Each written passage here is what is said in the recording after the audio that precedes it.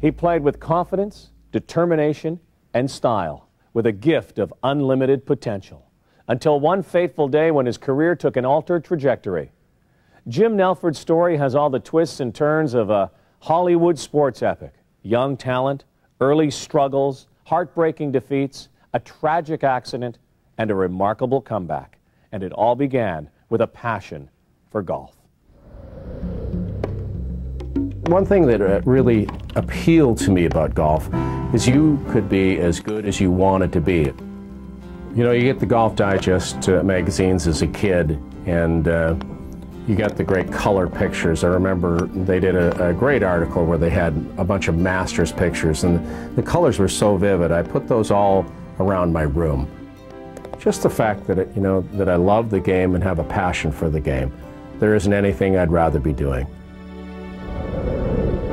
James Cameron Nelford swung into the world on June 28, 1955. He was born and raised in the middle-class Vancouver suburb of Burnaby. The youngest of 4 kids, Jim had fun vying for attention. Jim was the entertainer in the family. Kids always said Jim has something funny to say. Jim always had a great sense of humor.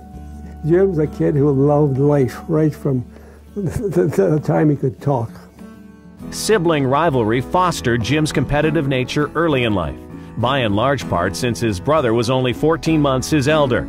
The 2 boys were joined at the hip, the youngest eager to keep pace.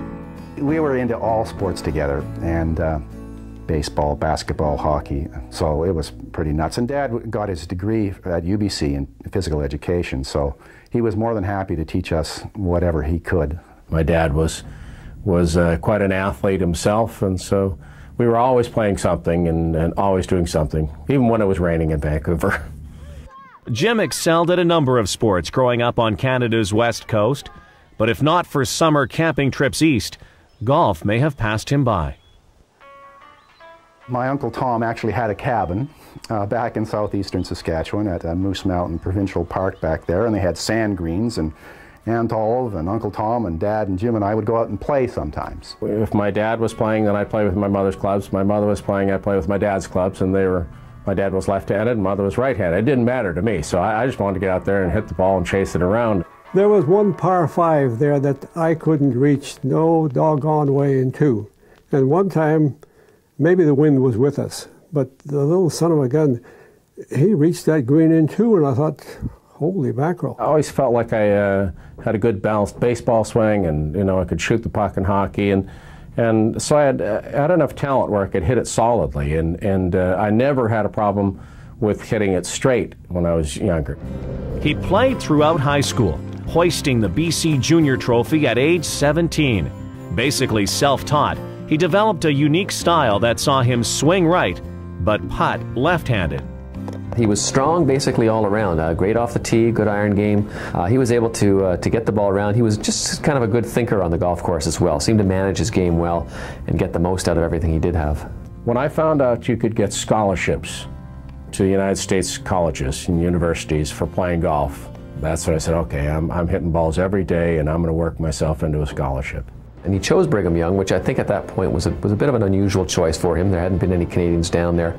Brigham Young had a reputation of being a really good golf school. Johnny Miller had gone there, and Jimmy decided to go check it out. Brigham Young had a wonderful golf coach, Carl Tucker. Much later, of course, Mike Weir would go to Brigham Young. He immersed himself in BYU's Mormon culture and worked hard to improve his game. By senior year, he was an All-American and led the golf team to their 4th straight conference championship.